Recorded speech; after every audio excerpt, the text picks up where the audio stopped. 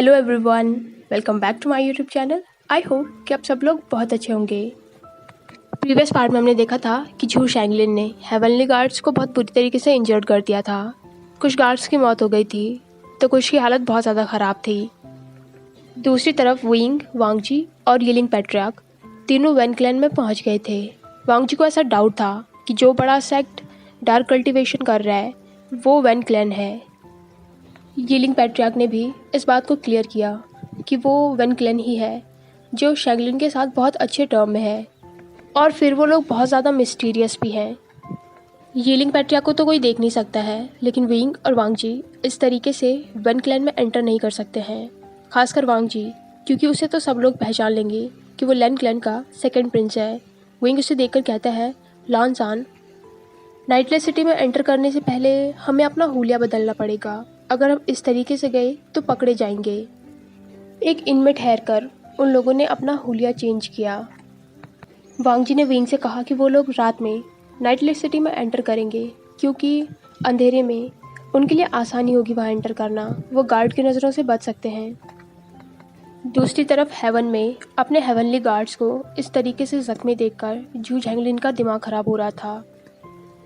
उसे पता था कि शैंगलिन रथलेस है, लेकिन इतना ज़्यादा उसने ये सोचा नहीं था, और ऐसा लग रहा है कि उसने अपनी पावर्स को बहुत ज़्यादा बढ़ा दिया है, क्योंकि इन गार्ड से लड़ना आसान काम नहीं है। हमेशा से ही हेवन अंडरवर्ल्ड से ज़्यादा पावरफुल रहा है, तो यहाँ के गार्ड्स भी अंडरवर्ल्ड से ज़्यादा पावरफुल हैं, लेकिन फिर भी इनकी ऐसी हालत देखकर झू शैंगलिन समझ गया था कि शैंगलिन बहुत ज़्यादा स्ट्रांग हो गया है। हेवनली गार्ड से झू शैंगलिन को ये भी पता चला कि अंडरवर्ल्ड में शैंगलिन ने बहुत बड़ी डेड आर्मी खड़ी कर रखी है, वो जल्दी कुछ बड़ा करेगा। इस बात की खबर मिलते ही हेवन एम्परर ने लैन क्लैन में फिर से एक मीटिंग बुला ली थी। इस बार सभी क्लैन के कल्टीवेटर्स वहाँ पर आए थे। नाइटलेस सिटी में विंग और वांगजी को भी ये खबर मिल गई थी कि हेवन ने सारे कल्टीवेटर्स के साथ एक मीटिंग अरेंज करी है। वहीं उन्होंने लोगों से ये रूमर भी सुनी कि सेक्ट लीडर वेन ने हेवन के साथ मीटिंग करने से मना कर दिया है। उन्होंने कोई रीज़न तो नहीं बताया, लेकिन मीटिंग में आने से उन्होंने मना कर दिया। विंग सोचकर कहता है, लॉन्सान, क्या लगता है सेक्ट लीडर वेन मीटिंग में क्यों नहीं जा रहे हैं? इस पर वांगजी कहता है, मुझे नहीं पता, हो सकता है वो कुछ करने की सोच रहा हो। अगर वो मीटिंग में चला जाता तो हमें उसके सेक्ट में घुसने में आसानी होती। विंग कहता है, लेकिन अगर वो मीटिंग अटेंड नहीं करेंगे तो उन पर सबका शक बढ़ जाएगा, फिर भी वो ऐसा रिस्क ले रहे हैं। यिलिंग पैट्रियार्क बहुत देर से उन लोगों की बातें सुन रहा था। वो कहता है, वेन रूहान बहुत ही ज़्यादा क्लेवर है, ऐसा नहीं हो सकता है कि उसने कुछ सोच ना रखा हो। उसने ज़रूर कोई ना कोई प्लानिंग कर रखी है, इसी वजह से उसने मीटिंग में जाने से इस तरीके से मना कर दिया। अगर उसकी प्लानिंग ज़रा सा भी कम होती तो वो मीटिंग में ज़रूर जाता, ताकि उस पर किसी को डाउट ना होता, लेकिन अभी उसने सरेआम मना कर दिया है। इसका मतलब कि वो शैंगलिन के साथ मिलकर कल्टीवेशन वर्ल्ड और हेवन दोनों के लिए मुसीबत बनने वाला है। विंग यिलिंग पैट्रियार्क को देखकर कहता है, तो हमें क्या करना चाहिए? इस पर वांगजी कन्फ्यूजन में विंग को देखने लगा, क्योंकि विंग दूसरी तरफ देखकर बात कर रहा था। हवा में वांगजी ने उसका हाथ पकड़ा। वो कहता है, विंग, तुम किससे बात कर रहे हो? वांगजी की आवाज़ सुनकर विंग नर्वसली हंसकर कहता है, नहीं, मैं खुद से बात कर रहा हूँ, मतलब तुमसे बात कर रहा हूँ। अब हमें क्या करना चाहिए? मुझे लगता है वेन रूहान ज़रूर शैंगलिन के साथ मिलकर कुछ करने वाला है। वांगजी कहता है, तुम्हारा मतलब है अंडरवर्ल्ड के एम्परर के साथ? इस पर विंग ने नोट किया। वांगजी के चेहरे पर एक क्वेश्चनिंग लुक था। विंग कहता है, तुम क्या सोच रहे हो? वांगजी कहता है, अंडरवर्ल्ड के एम्परर का इन सबसे क्या लेना देना? इस पर विंग कहता है, लॉन्सान, मुझसे ये मत कहना कि तुम्हें उसके बारे में कुछ भी पता नहीं। इस पर वांगजी फिर से कन्फ्यूजन में से देखने लगा। विंग को याद आया कि वांगजी की मेमोरीज तो मिट गई थी ना। उसे कैसे याद होगा कि शैंगलिन ने किस तरीके से हज़ारों साल पहले यिलिंग पैट्रियार्क को मैनिपुलेट किया था, और यिलिंग पैट्रियार्क का नाम खराब करके उसने खुद अपने इंटरेस्ट को पूरा करने की कोशिश करी। इसीलिए तो उसे सज़ा के तौर पर अंडरवर्ल्ड मिला, न कि हेवन। वांगजी ने फिर विंग से पूछा कि वो क्या सोच रहा है, तो विंग ने उसे शैंगलिन के बारे में सब कुछ बताया। उसने बताया कि इन सब में शैंगलिन भी इन्वॉल्व हो सकता है, वो वैन रोहान का साथी है, और किस तरीके से वो अपने भाई के बजाय हेवन का एम्परर बनना चाहता था। जब उसे अंडरवर्ल्ड मिला तो वो बहुत ज़्यादा गुस्से में था, वो रिवेंज लेने की ज़रूर सोच रहा होगा। अब जाकर वांग जी को सब कुछ समझ आया। विंग और वांग जी को नहीं मालूम है कि उन लोगों पर कोई और भी नज़र रख रहा है। शैंगलिन और वेन रूहान दोनों नाइटलेस सिटी में वेन रूहान के कमरे में बैठे हुए थे। वो दोनों चाय पी रहे थे। शैंगलिन कहता है, मैंने सोचा नहीं था कि तुम इतने कैपेबल हो कि तुमने हंगुंजन को क्लाउड ड्रेसेस से बाहर निकाल दिया। मैं चाहता हूँ कि तुम उसे यहीं इंगेज रखो। इतने दिन हो गए हैं येलिंग पैट्रिया को आज़ाद हुए, लेकिन अभी तक मैं उसका पता नहीं लगा पाया हूँ और ना ही हेवन लगा पाया है। हंगुंजन पर भी मेरी नज़र इतने दिनों से है, लेकिन येलिंग पैट्रियार्क उसके करीब नहीं आया है। आखिर वो सोच क्या रहा है। इस पर वेन रूहान हंसकर कहता है, एम्परर, जब आप खुद इतने कैपेबल हैं तो आपको येलिंग पैट्रिया की क्या ज़रूरत है। इस पर शैंगलिन कहता है, येलिंग पैट्रिया की ज़रूरत मुझे उस हंगुंजन से निपटने के लिए है। सब लोगों को मैं देख लूँगा, लेकिन हंगुंजन वो बहुत ज़्यादा स्ट्रांग है। उसके सामने हम में से कोई भी नहीं टिक पाएगा। सिर्फ येलिंग पैट्रियार्क ही है जो उसे रोक सकता है, इसलिए उसे ढूंढना ज़रूरी है। वेन रूहान कहता है, लेकिन मैंने आपको बताया था ना कि झू जैंगलिन ने हंगुंजन की मेमोरीज को मिटा दिया है। येलिंग पैट्रियार्क से रिलेटेड उसे कोई भी अच्छी मेमोरी याद नहीं है। इस पर शैंगलिन कहता है, उसकी ज़रूरत नहीं पड़ेगी। शैंगलिन कहता है, अभी उसकी ज़रूरत नहीं पड़ेगी। अभी के लिए तुम्हें हंगुंजन को अपने सेक्ट में इन्वॉल्व रखना है, अपनी डेड आर्मी के साथ। तब तक मैं क्लाउड ड्रेसेस पर हमला करूँगा। मेरा पहला टारगेट वही है। अगर क्लाउड ड्रेसेस मेरे हाथ में रहेगा तो हंगुंजन भी मेरी मुट्ठी में रहेगा। क्लाउड ड्रेसेस में सारे कल्टिवेटर्स मीटिंग कर रहे थे। झू जैंगलिन ने उन्हें बताया कि शैंगलिन जल्द ही उनके खिलाफ कोई बड़ा हमला कर सकता है। उन सब लोगों को युद्ध के लिए तैयार रहना होगा। कल्टिवेटर्स का ये भी डाउट था कि वेन क्लैन यहाँ पर क्यों नहीं है। इसका जवाब लेंजरिन ने दिया।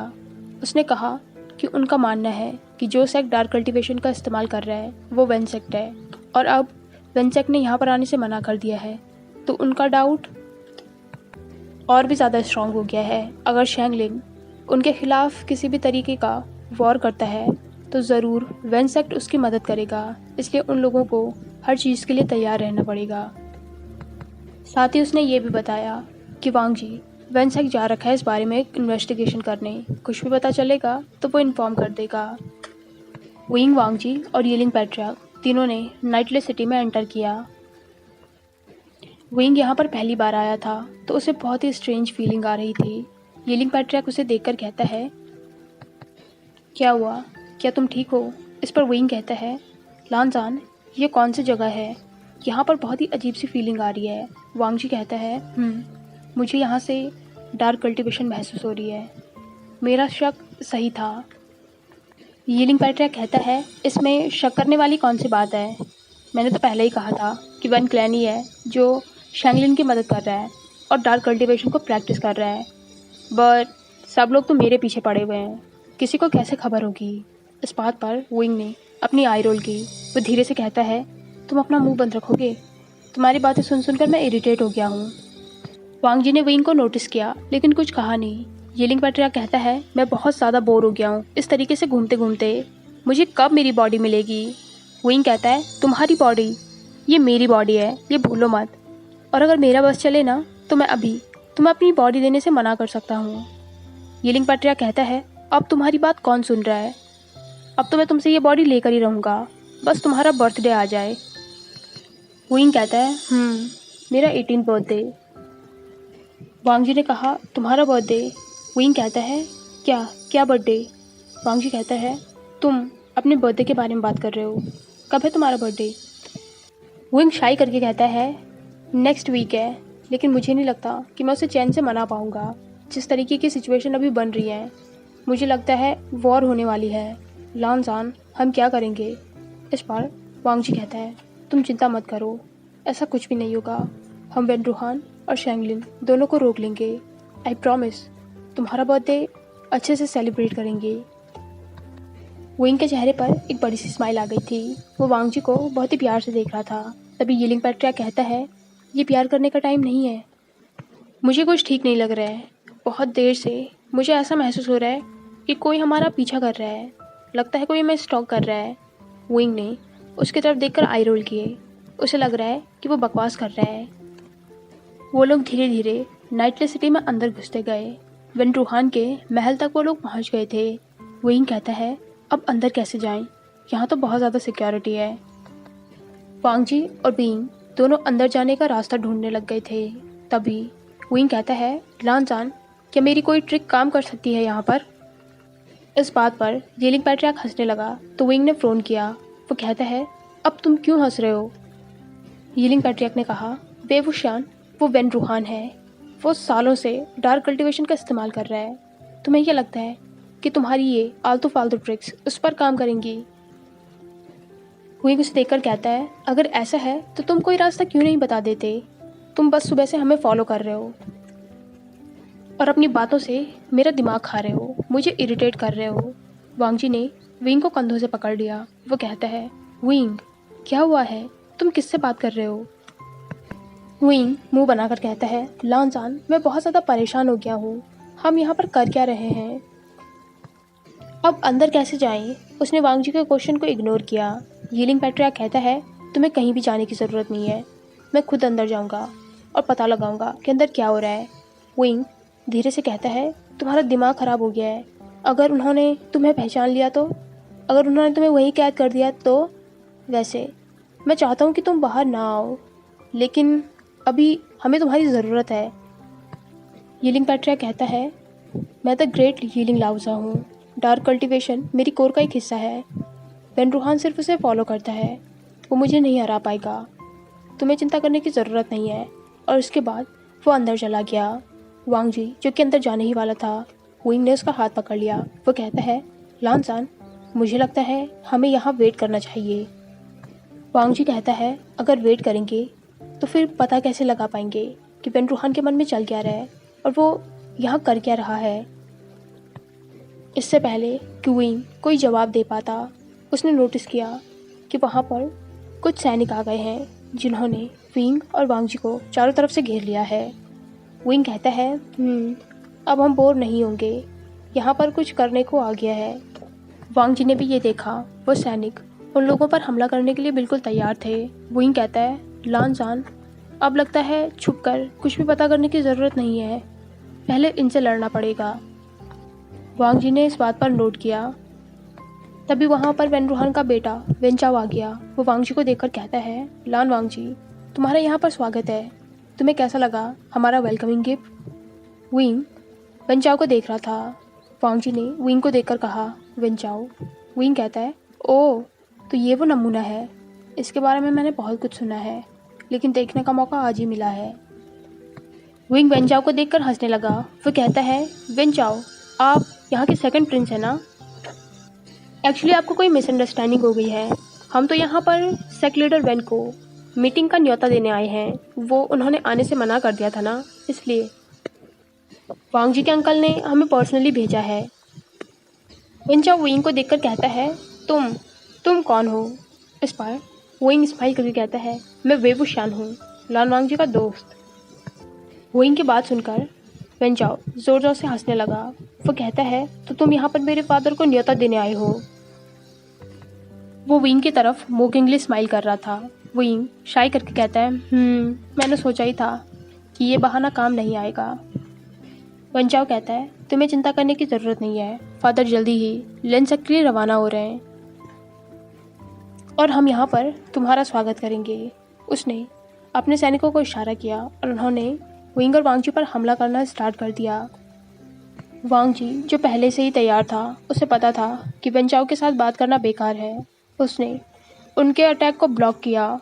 फिर विंग ने भी अपनी स्वॉर्ड निकाली और दोनों वेन सैनिक से फाइट करने लगे। अंदर यीलिंग पैट्रियार्क वेन रूहान का पता लगाने की कोशिश कर रहा था।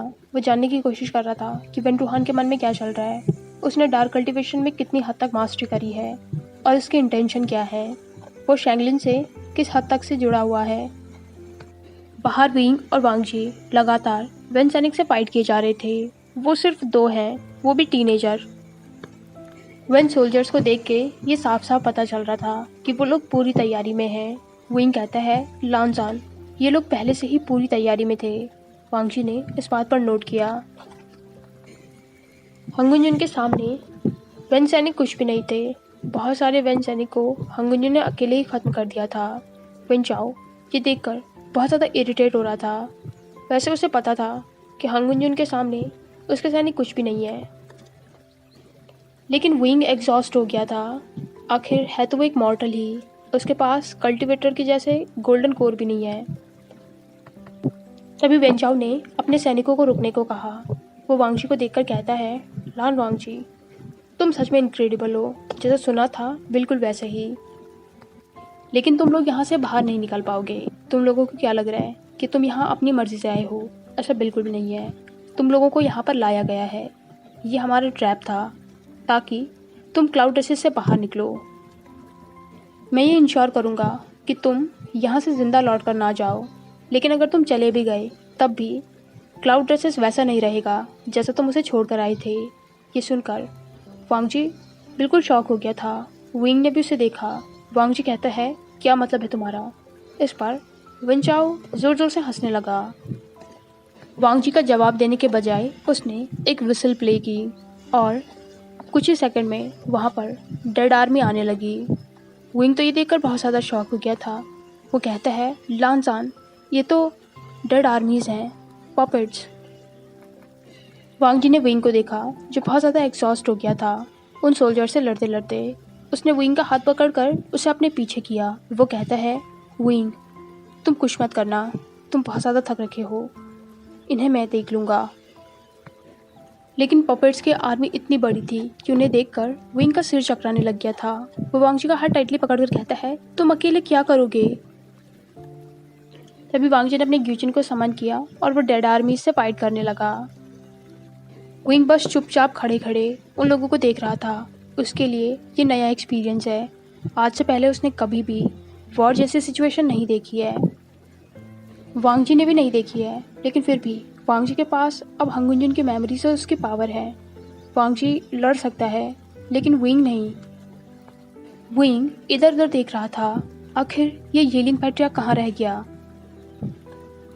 वो तो डार्क कल्टीवेशन में मास्टर है ना, तो वो इन पपेट्स को आसानी से ख़त्म कर सकता है। आखिर वांगजी से कब तक लड़ेगा? एक ना एक बार तो वो भी थकेगा। विंग येलिंग पैट्रिया को बुलाने की कोशिश कर रहा था। वो कहाँ गायब हो गया? कहीं उसकी सोल को वेन रूहान ने कैद तो नहीं कर दिया ना? लेकिन उसी ने तो कहा था कि वेन रूहान उसके सामने कुछ भी नहीं है। तो फिर वो चला कहाँ गया? विंग येलिंग पैट्रिया को समन करने लग गया था। थोड़ी देर में येलिंग पैट्रिया विंग के सामने आया। वो कहता है, तुमने मुझे समन क्यों किया है?